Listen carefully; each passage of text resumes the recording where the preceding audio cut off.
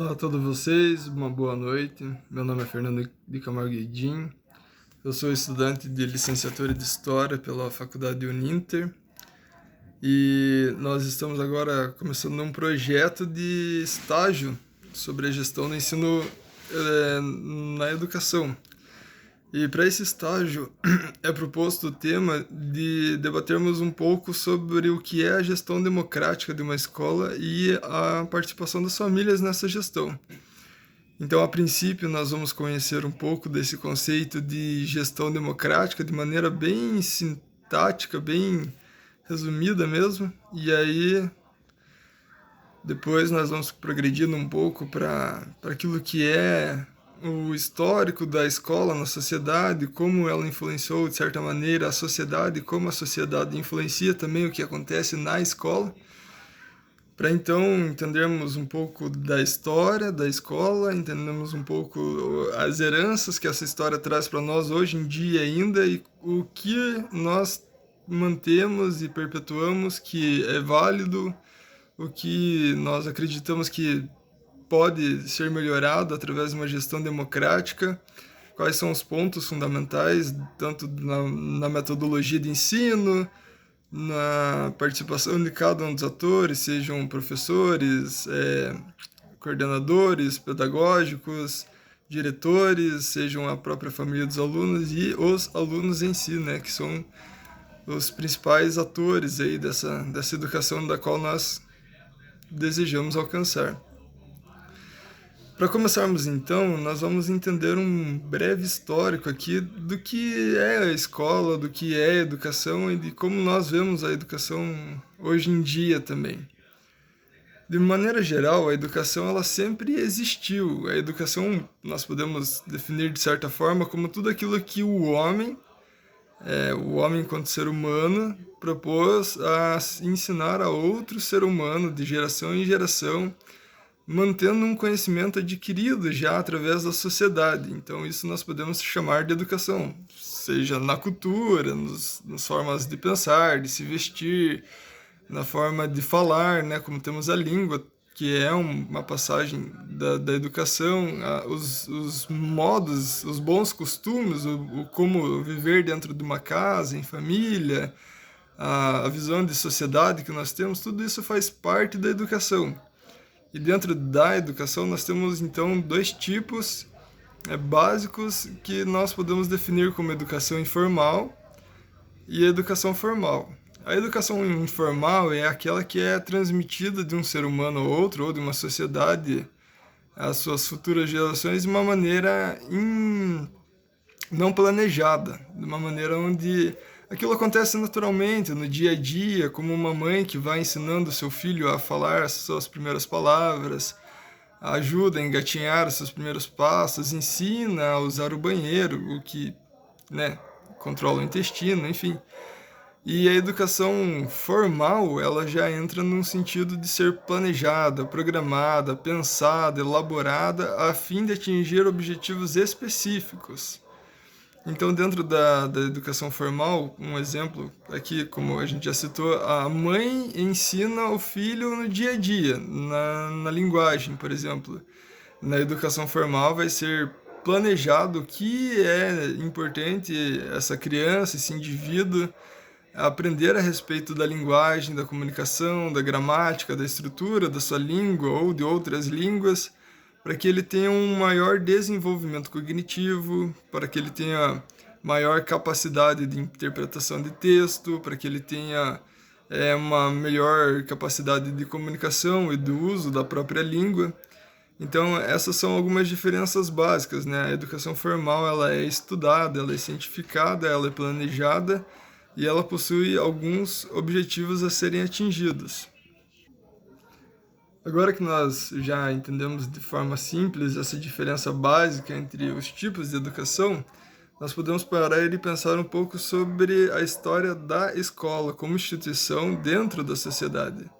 Será que a educação formal foi uma novidade dos tempos modernos, do século XV em diante, XVI em diante, como nós vamos averiguar com mais detalhe? Na verdade, não, né? Desde o começo da Grécia Antiga, no Egito, na Roma, enfim, em todos os setores das sociedades, assim, em todas as épocas da sociedade, sempre houve, de certa forma, uma educação formal, mas ela era muito elitizada, era para aqueles grandes nobres, para aqueles grandes famílias que tinham condições de manter, e dentro da história da humanidade, nós vemos um início das escolas como instituições sendo crescentes na sociedade, fazendo parte do dia a dia, tendo um envolvimento junto com as políticas governamentais. Enfim, um começo de tudo isso de uma maneira cada vez mais generalizada a partir da Reforma Protestante. Porque na Reforma Protestante, um dos grandes princípios básicos dos reformadores era que todo povo deveria ter acesso e capacidade de interpretar os textos bíblicos, entender por si mesmo aquilo que era a vontade de Deus. Mas naquela época, em 1500 até 1600, né, mais ou menos o período ali que se inicia e que se estende de uma maneira mais generalizada a reforma, nós sabemos que era uma sociedade extremamente analfabeta, uma sociedade totalmente desigual no sentido da educação, né? E então ela ainda permanecia uma educação elitizada, uma educação que era fomentada principalmente pela Igreja Católica dentro das universidades católicas que formavam padres ou outros profissionais, mas isso já no nível superior. E a educação básica, então, ela começa a ganhar corpo a partir desse movimento da reforma que busca inserir nos jovens, nas crianças, uma educação formal, uma educação que capacite eles a desenvolverem a sua cidadania, a desenvolverem o seu pensamento crítico, a desenvolverem a capacidade de ler, escrever, calcular, enfim. Mas sabemos que nada acontece da noite para o dia, então, mesmo tendo um início ali nessa época, as escolas ainda demoraram muito tempo a ganharem um padrão maior de qualidade, a ganharem uma maior difusão dentro da sociedade e também a ganharem uma universalização dos estudantes que poderiam participar, porque mesmo as primeiras escolas elas ainda permaneciam naquela característica racial muito forte, onde os alunos eram os estudantes brancos e homens, as meninas, na maior parte das vezes, nunca podiam participar dessas escolas. Os negros, então, demoraram ainda mais, tanto pelo contexto da escravidão quanto por outros contextos. Então, nós vemos ainda uma escola muito fechada no seu alcance de promover a cidadania, no seu alcance de promover o conhecimento, né? E era uma escola extremamente hierarquizada também, assim, seguindo o modelo que a sociedade já era acostumado. Então, os diretores, os professores, todo o corpo docente, ele tinha muito poder dentro da escola, muita hierarquização, um domínio, né, sobre aquela questão ali, no qual os alunos apanhavam ou eram punidos de alguma outra forma. Enfim, todas essas situações que foram acontecendo ao longo dos anos aí, que a gente sabe que não é o ideal para transmitir um conhecimento para uma criança, mas que fazia parte daquele contexto de sociedade mesmo, que fazia parte de como eles entendiam o que era educação, né? E então, quando que a educação começa a se popularizar para mais camadas e para as camadas mais pobres? De forma maior, ela se populariza no movimento da industrialização. Quando as indústrias começam a ser disseminadas ao longo do mundo, através da Inglaterra, outras potências, né, industriais, como também os Estados Unidos, e a princípio a China também, eles percebem que para melhorar a qualidade dos seus colaboradores, dos seus empregados, para que eles pudessem desenvolver as novas funções que a tecnologia trazia naquele momento, eles precisavam de pessoas que fossem melhor qualificadas, melhor ensinadas e mais capazes de calcular, de ler, de entender outros conceitos que não eram ensinados no dia a dia, que não eram ensinados no campo, na roça, como era a maior parte dessa população, que era moradora da área rural, moradora do campo, trabalhava ali naquele serviço braçal, naquele serviço que aprendia de pai para filho. Já existiam as cidades, com certeza, mas a grande massa desse trabalhador ainda não estava nas cidades, né? Ou quando estava, era um trabalhador muito desqualificado. Então as escolas elas surgem nesse princípio com o objetivo de qualificar profissionais, qualificar crianças para que se tornassem profissionais capazes. Nessa ideia de fazer esse tipo de profissionalização, o que com certeza tem o seu lado bom, porque melhora a capacidade de muitas pessoas a se inserirem no mercado de trabalho, a escola ainda não tinha atingido um objetivo de transformação na sociedade, no sentido de gerar um papel de cidadania a todo aquele indivíduo que participava ali, ou não tinha ainda promovido uma maior inclusão de pessoas, né? Ela ainda se mantinha muito precária a quem podia acessar a escola ou se manter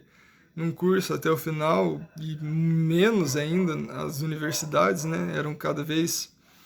mais difícil de se cursar um curso realmente decente. E o objetivo era fazer uma grande massa de pessoas com o mesmo tipo de conhecimento básico, genérico, para que eles pudessem pelo menos ter uma mínima concepção daquilo que acontecia no seu dia a dia dentro de uma área industrial, né? E esse tipo de objetivo é conhecido hoje em dia como um objetivo de escola tecnicista, onde a principal função da escola é preparar pessoas para o mercado de trabalho, e ignorando os pontos principais da reflexão de uma sociedade, de inclusão de diferentes pessoas, de uma gestão que é mais universalizada, ou seja, uma gestão onde todos aqueles envolvidos, sejam pais, alunos, professores, pedagogos, eles têm um maior poder de decisão sobre os projetos políticos pedagógicos, sobre os conteúdos abordados, a forma de conteúdo, a grade curricular. Isso ainda não acontece, está muito longe de acontecer, porque o que acontece é aquilo que vem do governo e passa para os professores, os diretores, e eles devem ser pessoas que cumprem aquelas metas, aqueles objetivos, sem fazer uma reflexão mais crítica, sem adaptar esse conteúdo ao contexto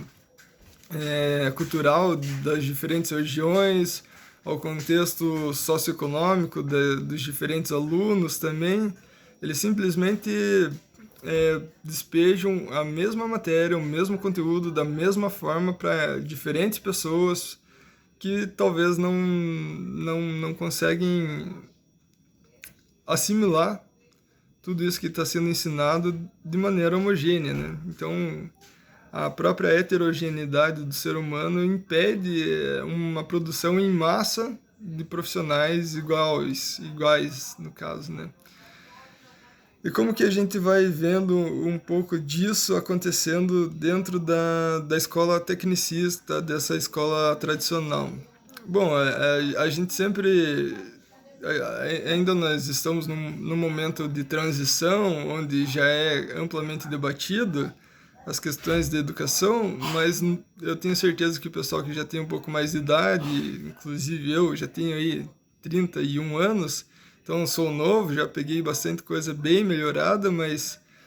ainda nós temos muito vestígios na nossa sociedade daquelas coisas que o diretor impõe uma ordem dentro da escola, mas uma ordem autoritária. O professor é sempre o dono da razão, ele nunca deve ser questionado, ele nunca deve ser arguido pelos alunos, né? E ele sempre é o detentor de todo o conhecimento, de toda a razão, e os alunos são considerados como tábua rasa a serem preenchidas ali pelo aquele conteúdo, e a repetição do ensino do mesmo conteúdo, da mesma maneira, é o que é considerado como uma educação formal, né? E os alunos, eles devem principalmente saber decorar as datas, saber decorar os mapas, os nomes, as capitais, os estados, mas sem se questionar o porquê tal data ou tal personagem histórico realmente é importante para aquela sociedade ou para aquele momento da história, como ele contribuiu ou deixou de contribuir, os contextos que levaram àquela situação, àquela revolta ou àquela guerra, quais foram os resultados que cada uma dessas coisas trouxeram, sabe? É sempre algo muito objetivo, pouco reflexivo e sem grande embasamento científico. O importante é que o aluno saiba que a proclamação da República foi em 15 de novembro. É importante que ele saiba que a independência foi em 7 de setembro, proclamado por Dom Pedro I em 1822, mas não é importante entender o que acontecia dentro daquela sociedade, nas questões políticas,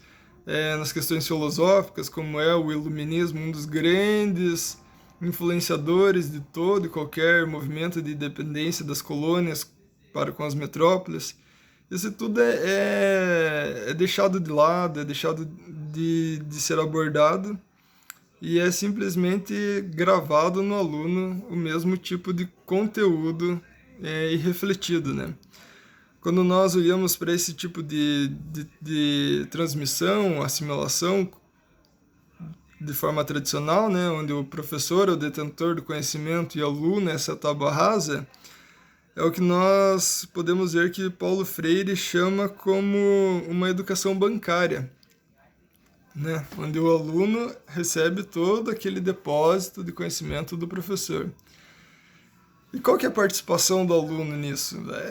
É mínima mesmo. É tirar boas notas através da memorização daqueles conteúdos, mas ele não produz um conhecimento nenhum, porque dentro dessa visão ele é incapaz de produzir um novo conhecimento, sendo que ele não tem uma base nenhuma. Ele é incapaz de refletir sobre coisas que lhe são dadas, entende? Por estarem num processo de desenvolvimento. Precisei dar uma pequena pausa aqui no vídeo para não ter algumas interferências do ambiente aqui. Mas continuando sobre aquilo que nós estávamos falando sobre a baixa participação dos alunos nessa forma de educação, nessa forma de transmissão, assimilação, onde eles são vistos apenas como alguém que deve absorver aquilo que lhes é passado, da maneira como lhes é passado, sem ter muita interferência, questionamento, sem trazer as suas próprias vivências para aquele conteúdo, né? A maneira como ele tem a sua cosmovisão construída em relação àquele conteúdo novo adquirido, e como que essa fusão daquilo que ele já conhecia com aquilo que lhe é ensinado vai gerar um novo conhecimento, uma nova reflexão, para que aquilo seja uma nova maneira de ele entender o mundo, né? É aquele processo que nós conhecemos como a maêutica, o confronto das ideias. Isso daí ele não é muito como que eu posso dizer assim, promovido dentro desse tipo de educação. Nós também temos alguns problemas assim no relação das provas, né? As provas, elas acabam sendo sempre uma prova de medir a quantidade de conteúdo assimilado pelo aluno, não a qualidade do conteúdo assimilado. Desde que ele responda as perguntas correta, do ano correto, da data correta, ou do local geográfico correto, do tipo de material correto, isso é o importante. Mas se ele realmente assimilou aquele conteúdo,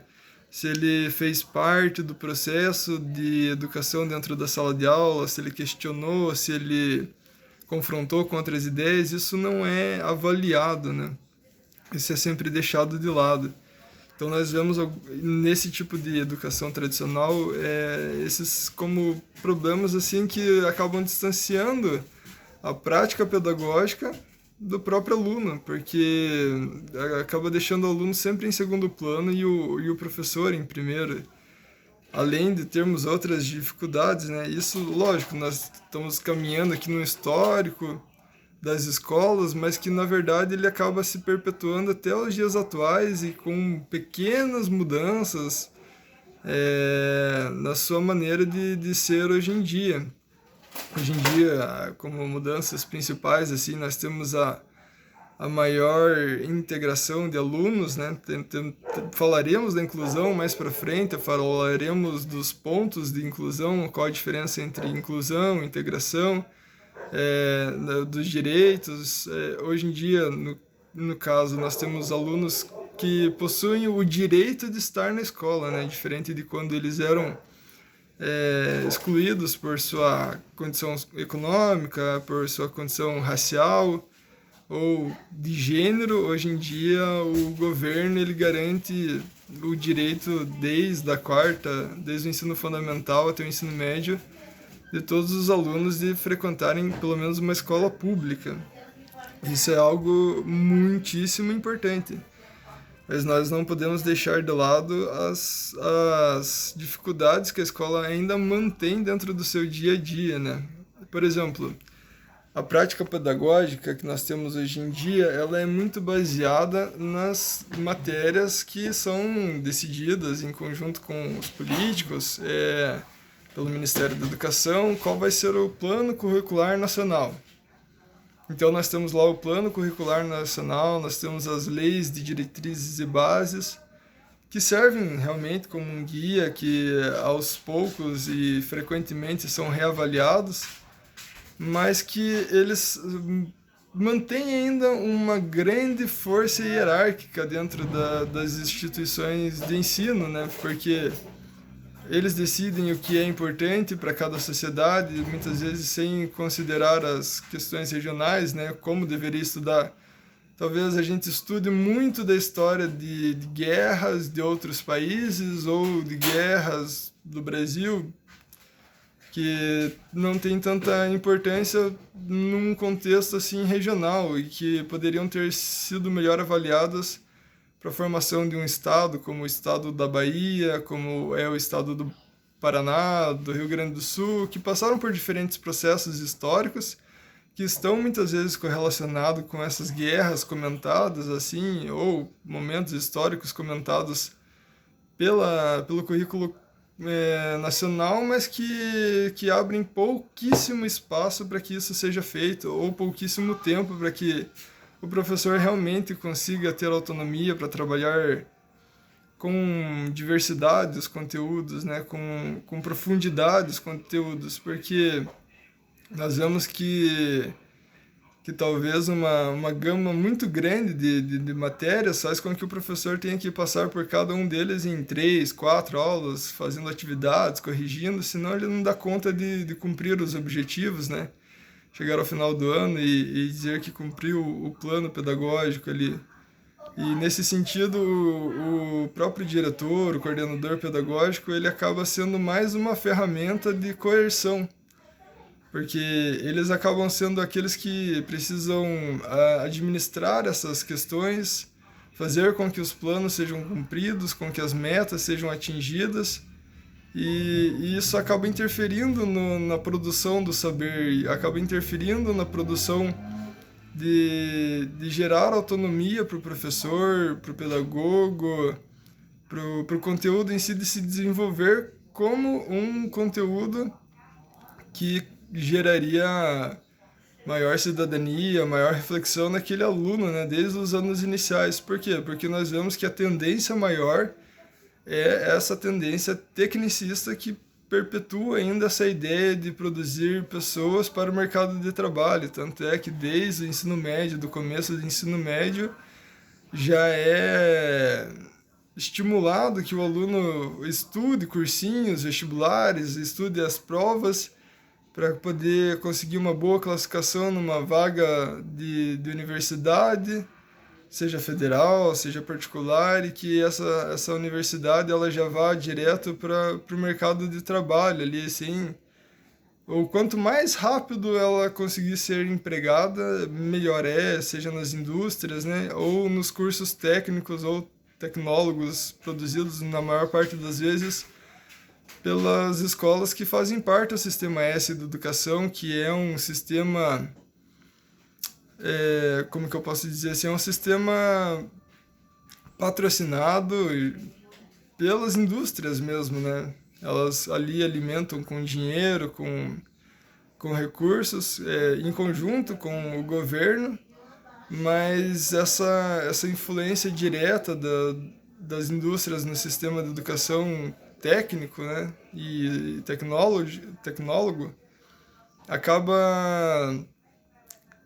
acaba sendo um fator que determina quais cursos serão oferecidos nesses tipos de escola técnica, né? Um exemplo aqui na minha cidade é que nós temos uma indústria papeleira, e ela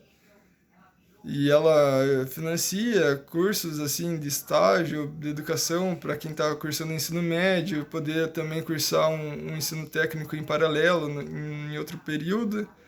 Mas nós temos um grande polo aqui dessa escola do Senai, com 3, 4 cursos diferentes técnicos, para atender as próprias necessidades da indústria próxima aqui,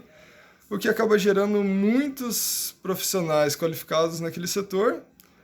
com uma demanda de vaga muito baixa, e então a gente tem uma superprodução de profissionais qualificados para poucas vagas de trabalho, o que mantém uma grande oferta de profissional, com uma baixa oferta de emprego, e isso acaba refletindo nos próprios salários, né, desses trabalhadores que não conseguem, às vezes, ter um salário equiparado a um local que essa demanda é diferente, né, ou também ter essas qualidades de vida mais atendidas, assim. Lógico que isso é só um ponto daquilo que estamos comentando aqui. E qual que seria a diferença, então, passando um pouco dessa escola tradicional para uma escola que nós podemos chamar de escola tecnológica? Tecnológica não no sentido de possuir tecnologias avançadas, de ponta, de qualidade, tudo do melhor, mas lógico que possuindo esses recursos materiais, esses recursos pedagógicos, né, que são extremamente importantes no desenvolvimento da educação, mas muito mais no sentido de ser uma educação em que ela propõe formar o cidadão de maneira integral, de maneira holística, né? Fazendo com que o trabalho seja parte realmente importante da sua vida, mas a participação cidadã seja ainda maior, a participação cidadã de poder refletir sobre os problemas da sociedade, refletir sobre a economia da sociedade, poder refletir sobre as questões do meio ambiente ou filosóficas do próprio ser humano, da arte, da cultura, ter um maior estímulo à participação nas questões culturais, artísticas, filosóficas, nos conteúdos trabalhados dentro de sala de aula. As escolas tecnológicas, elas geralmente produzem pessoas para que elas tenham uma diversidade de entendimento do mundo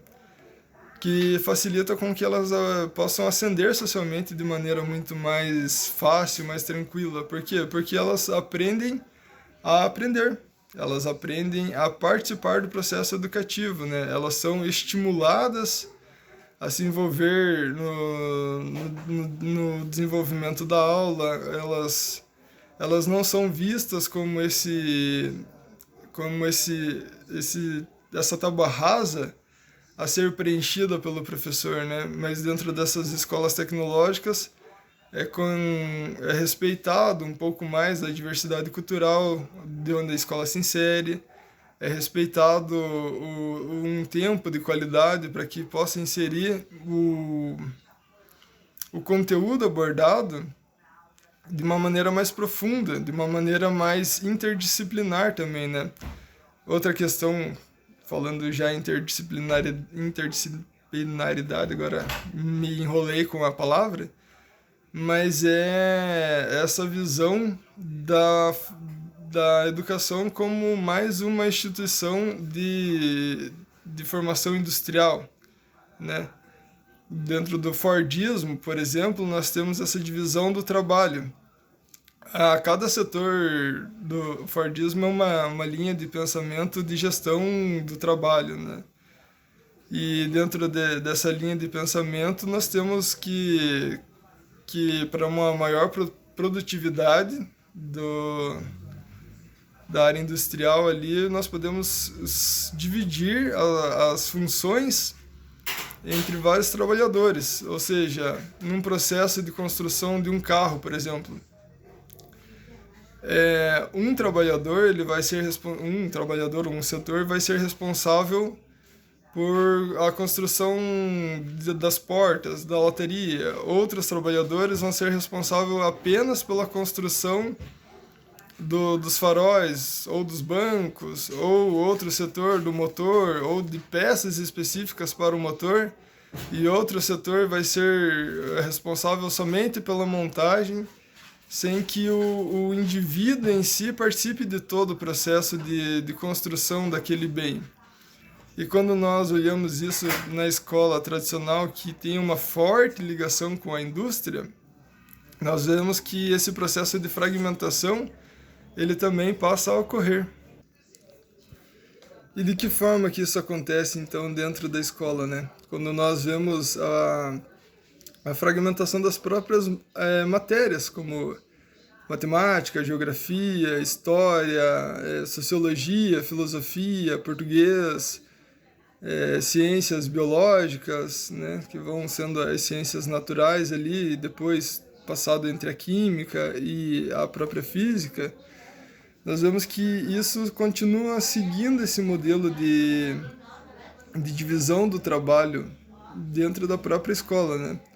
É lógico que facilita muitas coisas dentro da organização pedagógica, o que cada professor vai promover dentro da sua aula, o que cada professor vai trabalhar nos seus conteúdos, mas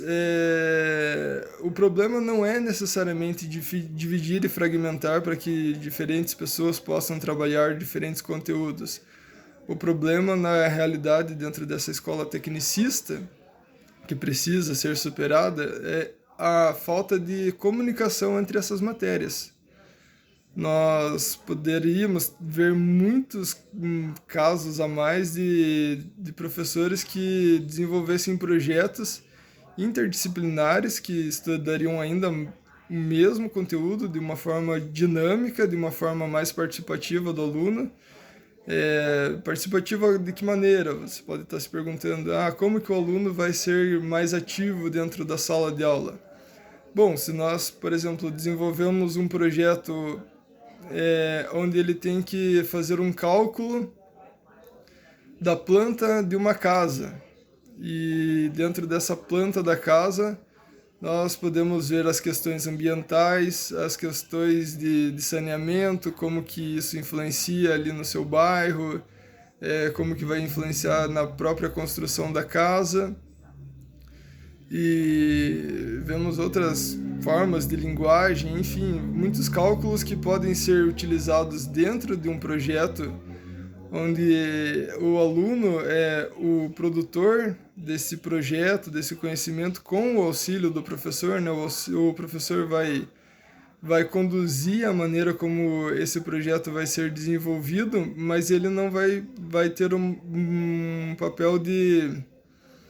protagonismo do desenvolvimento do projeto. Ele vai ser um professor auxiliador, ele vai ser um professor que é um professor mentor mesmo, que ele guia essas atividades, ele guia essa assimilação, ele concede o referencial teórico básico, mas ele vai ajustando a aplicação desse referencial teórico numa atividade prática, né? E que pode se comunicar com outras áreas do conhecimento dentro de um mesmo modelo, de um mesmo projeto, né? sem que isso interfira no caminhamento do currículo escolar, né? Então, quando nós focamos demais em atividades separadas, em conteúdos separados, sem usar essa ferramenta de relacioná-los, de desenvolver um projeto em conjunto, nós acabamos gerando um excesso de conteúdos dispersos que é trabalhado em 50 minutos numa sala e já troca para outro conteúdo de 50 minutos também, às vezes 2 ou 3 aulas seguidas, mas que o aluno em si ele não consegue ter tempo de assimilar, de guardar, de praticar aquilo que foi tentado ser transmitido do professor para o aluno, né? Então essa é uma questão também que nós encontramos hoje ainda no dia a dia, né? Essa fragmentação das matérias, essa pouca participação dos alunos e dos professores com a escola como um todo, né? E nós podemos contemplar esse aumento, né, no desinteresse do aluno, principalmente porque hoje em dia nós vivemos no que é chamado da era digital, né, da era dos nativos digitais. E o que são esses nativos digitais? São alunos que já nascem com o celular, o tablet, o computador à disposição desde a pequena infância ali.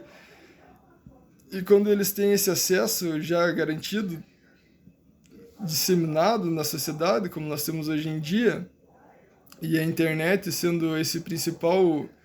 motor da comunicação, produzindo vídeos, produzindo diferentes conteúdos, nós vemos que uma criança hoje em dia ela tem mais acesso a diferentes tipos de informação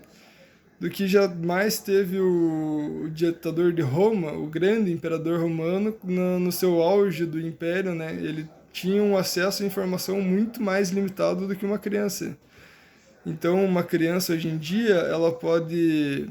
ter curiosidade sobre diversas áreas, diversos fatores do conhecimento, e com um simples clique ali num vídeo do YouTube, uma pesquisa em algum lugar da internet, elas têm essa informação cedida de forma muito dinâmica, muito rápida, e com uma grande diversidade de informações sendo lançadas sobre ela a todo momento, que isso induz ela a ter uma alta taxa de dispersão, né? de mudança, de agilidade de um pensamento para o outro. Então, construir um pensamento mais complexo, construir um pensamento mais demorado, fazer essas relações cognitivas, elas demandam um papel do professor muito mais abrangente, demanda um papel do professor assim que realmente consegue envolver a criança, consegue prender a atenção dela por mais tempo, consegue responder às suas questões com clareza, e também trazer essa quantidade de informações que ela tem acesso cotidianamente para o campo de um saber científico, né? Porque imagina, se na antiguidade, nos tempos de um período recente atrás, nós já temos muitas pessoas que acreditavam em diversas coisas que hoje em dia nós já conseguimos entender que eram, na maioria, mitos, né, ou pelo menos conhecimento populares, né, que não tinham um embasamento científico. E as crianças de hoje em dia, elas têm um discernimento muito pequeno, elas não conseguem ter essa amplidão de mundo que nem mesmo nós adultos temos ainda, e com uma gigantesca quantidade de informação sendo cedida para elas a todo momento. Então, dentro desse contexto, desses nativos digitais, qual que acaba sendo o papel de um professor, né? acaba sendo o papel de trazer essas informações que eles recebem para o campo do saber, para o campo da ciência, para o campo da verdade, pelo menos da verdade atual, né, daquilo que nós compreendemos como sendo as verdades que a comunidade científica já aceita ou comprovou, e desmistificar um grande número de informações erradas que vão ser trazidas para essas crianças nas suas próprias casas, né? Então, nós vemos que o papel do professor dentro de uma escola, hoje em dia, ele acaba sendo questionado, sendo transformado pela própria necessidade da sociedade. O modelo tradicional do professor como um detentor do saber, do diretor como alguém que simplesmente deve promover a administração da escola e promover a garantia de que os planos curriculares sejam atendidos dentro das metas e de quantificar a qualidade do ensino dos alunos, ao invés de promover outras ações que possam, além de fazer uma prova quantificativa do conhecimento,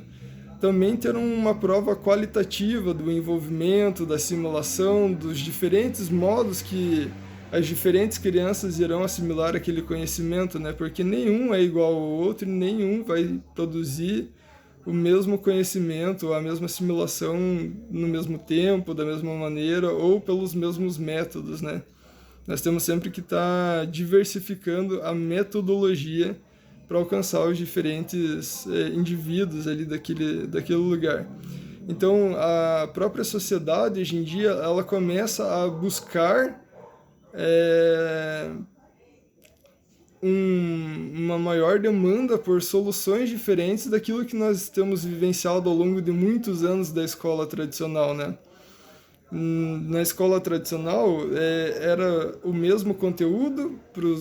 para diferentes lugares, com a mesma forma de se trabalhar, com o objetivo de produzir profissionais capacitados para o mercado de trabalho, sejam eles capazes de refletir a sua própria cidadania, o seu próprio dever cívico em construir uma sociedade melhor, em todos os sentidos, né, artístico, culturais, econômicos, sociais, do envolvimento do trabalho, ou seja ele aquela pessoa que simplesmente aprendeu a ler, escrever, a fazer cálculos e que agora consegue desempenhar funções básicas, assim. Então isso era a responsabilidade do indivíduo. O conteúdo estava lá, melhorava e aprendia quem queria, né, quem conseguia no caso, mas o importante era que aquilo fosse passado e atingisse o mínimo do mínimo mesmo. Então, nós vemos que hoje em dia a sociedade demanda uma mudança nesse tipo de comportamento, demanda uma maior união das disciplinas, dos atores que envolvem as questões escolares, né, sejam as políticas estaduais, as políticas federais, sejam a supervisão pedagógica ali, a coordenação pedagógica através dos planos políticos pedagógicos ou do plano curricular de ensino, juntamente com os alunos, juntamente com os pais, juntamente com a comunidade, juntamente com o Estado, com os professores, para que isso seja cada vez mais abrangente. E quando nós pensamos, então, numa conceitualização do que é a gestão democrática de uma escola, é justamente começar a abrir mais o espaço para que as pessoas possam ser mais participativas e mais ativas dentro de tudo aquilo que acontece na formação dos alunos, né? Na formação da sua cidadania, olhar para essas questões, né? Olhar para a questão de que o aluno ele deve desenvolver a sua capacidade de se entender como cidadão, de refletir os problemas da sociedade. Nem todo mundo vai querer ser um filósofo, um sociólogo, um gestor de uma grande empresa ou um defensor do meio ambiente, mas ele é importante para que, dentro daquilo que ele vive, daquilo que ele escolhe trabalhar, ele entenda que cada função tem o seu papel a desempenhar e que muitas questões elas perpassam as diferentes áreas de trabalho, perpassam as diferentes regiões e culturas, e que elas estão dentro da nossa sociedade e precisam ser trabalhadas também, sabe? Então, nós entendemos a gestão democrática como uma gestão que liga a comunidade com a escola, que liga a escola com a realidade do dia a dia que acontece, que não coloca a escola como um lugar de salvação do mundo, um lugar de salvação da sociedade, né? Que a escola é um lugar perfeito, que ali tudo é bem trabalhado. Não, isso não é a realidade, mas que coloca a escola como uma representação da sociedade na qual ela está inserida, que possui conflitos, que possuem necessidade de superação de muitos problemas, que possui um espaço que pode dar vozes a diferentes atores, né? Sejam por questões raciais, sejam por questões de gênero, sejam por questões artísticas, culturais, que sejam por questões da própria região ali, do seu bairro, da sua cidade, do seu estado, da sua universidade, e que ela fomente o pensamento da comunidade como um todo, né? De entender que cada um tem o seu papel a desenvolver, de entender que cada um tem algo a contribuir, e que quando incentiva esse conhecimento que passa os muros da escola, que passa o conteúdo da sala de aula, mas que envolve todos num projeto de educação, de construção de cidadania da sociedade, todas as pessoas podem ajudar a realmente refletir o que é importante dentro da educação formal, mantendo sempre as bases científicas para tudo isso, mas refletir a maneira como que isso vai afetar a vida das pessoas diretamente, né? E como que a busca e o progresso dessas pessoas em conjunto pode transformar a sociedade como um todo. Então, a gestão democrática, de forma prática, é trazer as diferentes áreas que são participantes do processo de educação, de transmissão, assimilação, para o debate, né? Para ver aquilo que realmente funciona, aquilo que está desgastado, aquilo que precisa ser transformado, como que pode ser transformado, né? E se a gente procura um meio,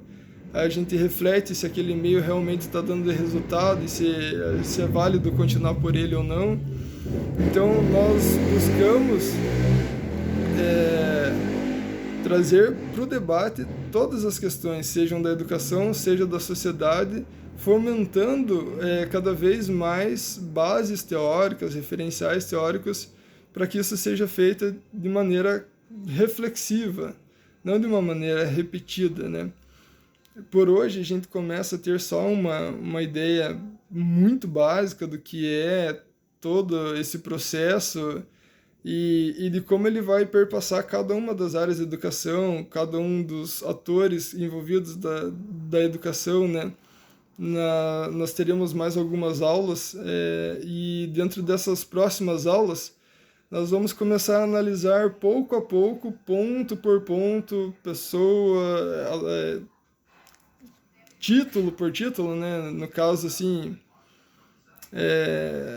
cada um dos grupos que envolvem esse processo de educação, o professor, as metodologias de ensino, os diretores, pedagogos, o papel do Estado, as leis, as diretrizes de base da educação. Nós vamos ver os alunos, vamos ver alguns projetos que funcionam, veremos também a questão da própria inclusão, da questão da acessibilidade, do envolvimento da escola com a comunidade, e como comunidade nós entendemos as pessoas que moram em volta e que têm seus filhos matriculados, nós entendemos as indústrias e as empresas que participam da cidade, da comunidade, porque elas também têm o seu papel a desempenhar, nós entendemos a prefeitura, o Estado, entendemos todos os seres que vivem em torno dessa comunidade, da escola, e que podem promover a educação e a cidadania para melhorar realmente a sociedade, mas que só é feito isso a partir da participação de todos no processo da educação, né? Então eu convido vocês a continuarem participando nos próximos dias, a mandarem as suas dúvidas, as suas questões, os seus comentários. Eu sei que ainda não é algo que chama muito a atenção, talvez, de alguns, mas eu tenho certeza que no decorrer das próximas aulas, quando a gente começar a sair dessa macrovisão, né, que a gente tentou construir aqui hoje, entre a diferença de uma escola que é fechada nos seus objetivos, de uma escola que é fechada nos seus padrões, na sua mentalidade, para uma escola que é mais democrática, mais política, mais participativa de todos os elementos da sociedade, né? Lembrando que democracia é aquilo que nós entendemos como o governo de todos, o governo de muitos. Então, quando nós falamos de uma escola democrática, nós estamos falando de uma escola onde as pessoas que participam dela realmente têm importância na sua formação, na sua construção, através das suas diferentes opiniões, através das suas diferentes intervenções dentro daquele contexto. Mas eu convido vocês a estarem participando conosco das próximas aulas, e vendo que cada um desses indivíduos tem muito a proporcionar, né? Sejam as empresas, os profissionais de educação, sejam os alunos, sejam as políticas do Estado, do governo federal, sejam os próprios políticos na construção dessas políticas e da implementação delas, né? E seja a comunidade como um todo, que tem muito papel e muita importância, o pai dos alunos e aqueles que cercam a escola, né? Então nós vamos começar a estudar ponto por ponto, para que a gente saia dessa visão resumida e consiga refletir cada vez mais partindo do micro para ampliar o macro, né? Partindo de cada indivíduo em si, para a gente construir uma ideia do coletivo todo e entender como nós podemos também nos envolver nessas questões e podemos melhorar a sociedade a partir delas, né? E é sempre um trabalho recíproco, um trabalho que gera frutos. Nós acreditamos nisso e nós vamos buscar trabalhar isso de forma sincera. Eu agradeço a todos vocês que estiveram aqui assistindo esse vídeo até o momento e que estarão dando a sua participação aí para que nós possamos construir esse saber com maior qualidade e alcançar o objetivo também de me ajudar a produzir esse estágio de gestão de ensino educacional com a temática da escola democrática, unindo as famílias e o demais comunidade do entorno ali, né? Num processo de construção de cidadania como um todo.